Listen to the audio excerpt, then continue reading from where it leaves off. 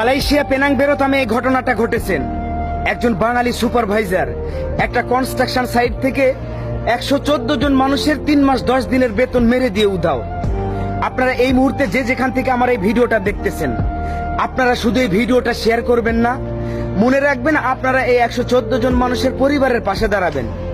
এই প্রবাসের মাটিতে এমনিতেই কাজের অনেক কষ্ট, তারপরে বেতনের টাকা না পেলে যে কি কষ্ট সেটা একমাত্র প্রবাসীরাই বুঝবে।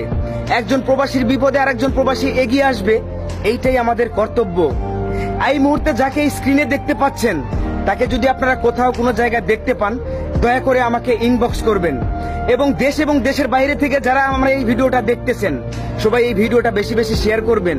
কোনো সদয়বান ব্যক্তি যদি আমার এই ভিডিওটা দেখে থাকেন, দয়া করে আমার এই 114 জন ভাইয়ের পরিবারের পাশে দাঁড়ানোর কথা ভেবে হলেও আপনারা এই ভিডিওটা বেশি বেশি করে শেয়ার করবেন। আসসালামু আলাইকুম, সবাই ভালো থাকবেন। আর এই চুতিয়ার বাঙালি সুপারভাইজারদের কাছ থেকে আপনারা সবাই দূরত্ব বজায় রাখবেন। ধন্যবাদ।